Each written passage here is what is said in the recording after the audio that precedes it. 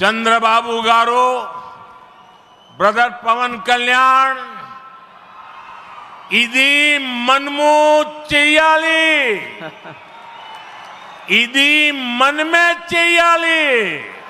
మొన్న ఆంధ్రప్రదేశ్కి వచ్చి అమరావతి పునర్నిర్మాణం కార్యం సభల మోడీ ఇట్లా మాట్లాడిండు కదా. హాగో ఆ మోడీ మాటలను కేపాల్ సేమ్ టు సేమ్ అట్లనే మాట్లాడిండు.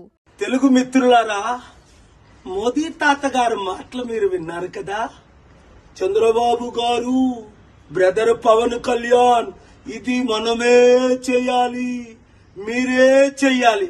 కొద్దిగా అటు ఇటు అయినా మోడీ మాట్లాడినట్టే మాట్లాడింది కదా పాలన్న.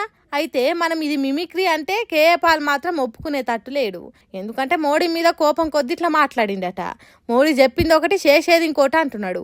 అందుకే 2014కు ముందు బీజేపీ పార్టీ గెలవక ముందు ఏమేం చెప్పిండ్రో అవి మర్చిపోయిండ్రట. ఆగో అదే యాద్ చేస్తున్నాడు. అధికారంలో వచ్చినంత వరకు ఏమన్నారు? స్పెషల్ స్టేటస్ ఇస్తాను, స్మార్ట్ సిటీలు కడతాను, నల్లధనం తీసుకొస్తాను, అందరినీ శాంతిగా ఉంచుతాను, అద్భుతాలు చేస్తాను, డాలర్ రూపాయితో సమానం చేస్తాను, 20 కోట్ల ఉద్యోగాలు 10 సంవత్సరాలు ఇస్తాను. ఆ మాటలన్నీ మర్చిపోయి చెప్పిన ముచ్చట్లన్నీ మర్చిపోయి అరచేతిలో వైకుంఠం చూపెడుతున్నాడు మోడీ అన్నట్టు ఎద్దేవా చేసిండు కేపాలు.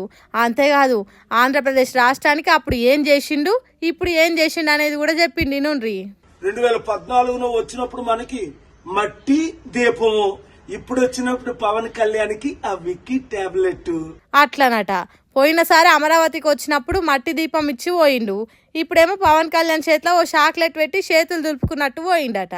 కేంద్రం ఎప్పటికి సాయం చేస్తుంది, మీకు అండగా ఉంటానన్నది కదా అని అంటే అది ఎసొంటి సాయమో కూడా చెప్పిండి. నుండ్రి అప్పులు మనం చేసి మన రాజధాని కట్టుకోవాలట. ఇప్పటికైనా బుద్ధి వచ్చిందా? మన డబ్బంతా తీసుకెళ్లి గుజరాత్ కి అప్పచెప్తున్నారు లక్షల కోట్లు. మార్పు రావాలి.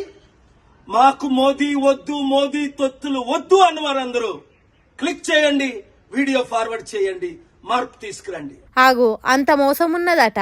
మరి అది ఎట్లనో ఏమో కేపాల్కే ఏర్కుండాలే గాని ఎప్పటి తీరుగానే వీడియో షేర్ చేయండి, అందరికి తెలిసేలా చెప్పండి.